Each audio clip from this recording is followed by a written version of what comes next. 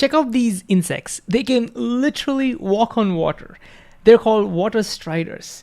You can similarly make a paperclip made of metal just sit on water. That is so cool, right? So what's going on? Well, something's happening on the surface of the water. But what exactly?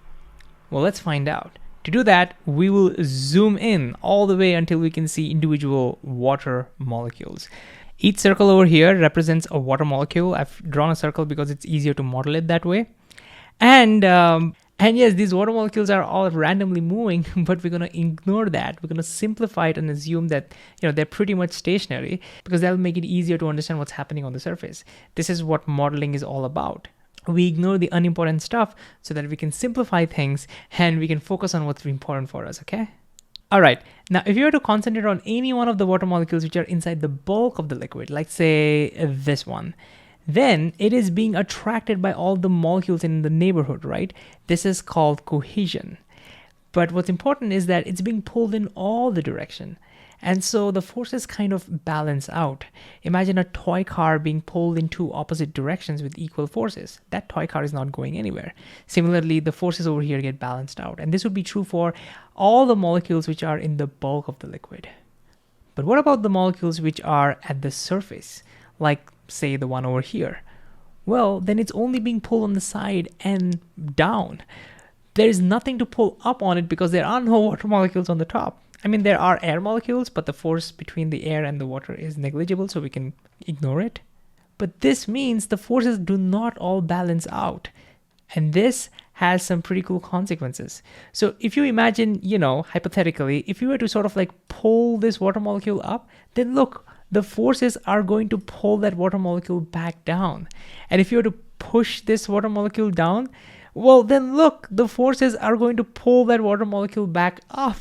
So, and since this is true for all the molecules on the surface, it kind of means that the molecules on the surface act like a stretched film, kind of like a skin, right? Like if you stretch a skin, it'll come back down. If you push it down, it'll come back up.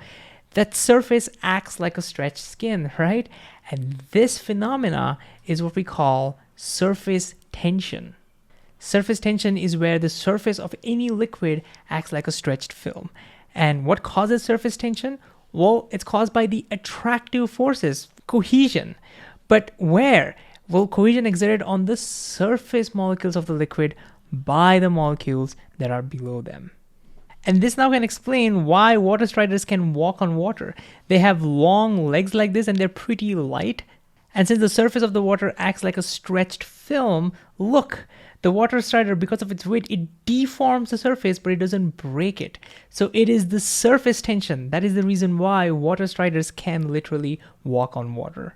Similarly, when you place a metallic clip, a paper clip, carefully on the surface of the water, again, look, it is the surface tension. Because the surface of the water is acting like a stretched film, it is able to support the weight of that clip. Now, we may think that this has something to do with the density, but it's not. If I just drop the paper clip, look, it sinks. So what's really going on over here? Well, the trick is to place the paper clip flat and evenly. This way, the surface tension spreads out over a larger area, making it more likely for the cohesive forces at the surface to balance the downward force, which is the paper clip's weight over here.